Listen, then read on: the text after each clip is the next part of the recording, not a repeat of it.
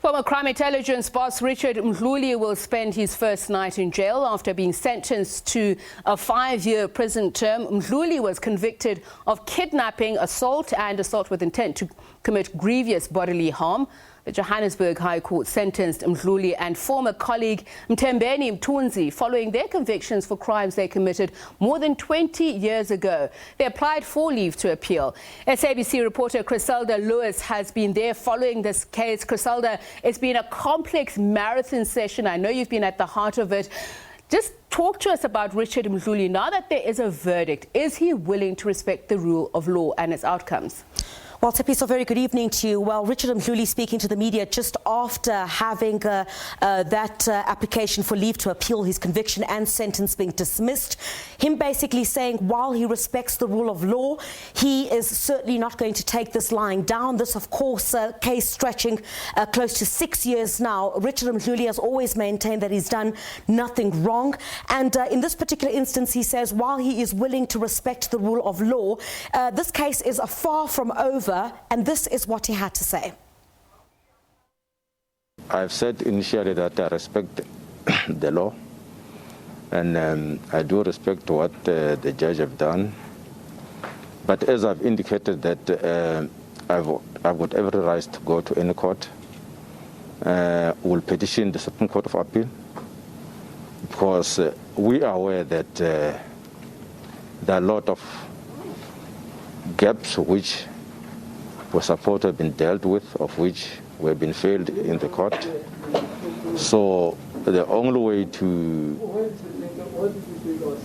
go further is to petition the Supreme Court of Appeal based on the facts and reasons which we have, because we are aware that we were not supposed to have been convicted and sentenced to prison.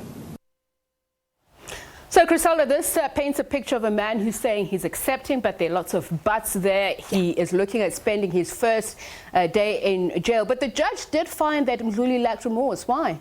That's right, Tepiso. In addition to him spending his first night in jail, what I do know at this point is that his legal team will, I think in the next couple of days, if not day, rush to court in a bid to secure bail, of course, pending that petition to the Supreme Court of Appeal. But certainly, yes, this was one of the main issues that was mentioned by the presiding judge, in that he says he found that Mdluli and Mthunzi were not remorseful in this particular instance. They had time to change their minds about what had been done. He was quite scathing in saying that Mdluli and Mthunzi had basically, as senior police officers, abused state resources and abused their positions. He says that was the reasons for finding against them in this particular sentence. And he essentially says while this is far from over, he's going to the Supreme Court of Appeal to get this overturned.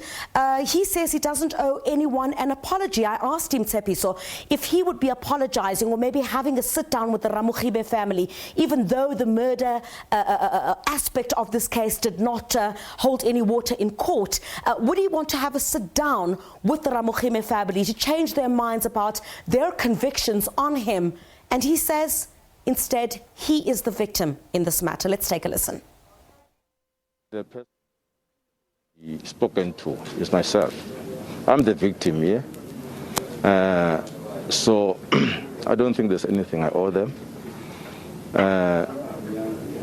Because they said I was involved in the murder case, and that was dealt by both the court, and I was cleared on that matter. And I still say, even this one, I still believe that taking the case to the Supreme Court of Appeal, we're going to get it on our way. And Tepiso, I did manage to speak to the family of Opa Ramokhibe, and certainly I can tell you they're relieved. They've been sitting in those court corridors for close to 6 years now.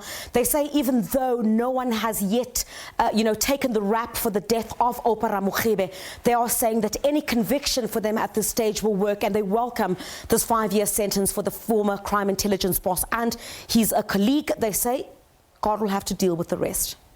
Chriselda Lewis, thank you very much. She's been following this trial for years now. The conviction of former intelligence boss Richard Mdluli and his co-accused, and how they'll spend their first night in jail.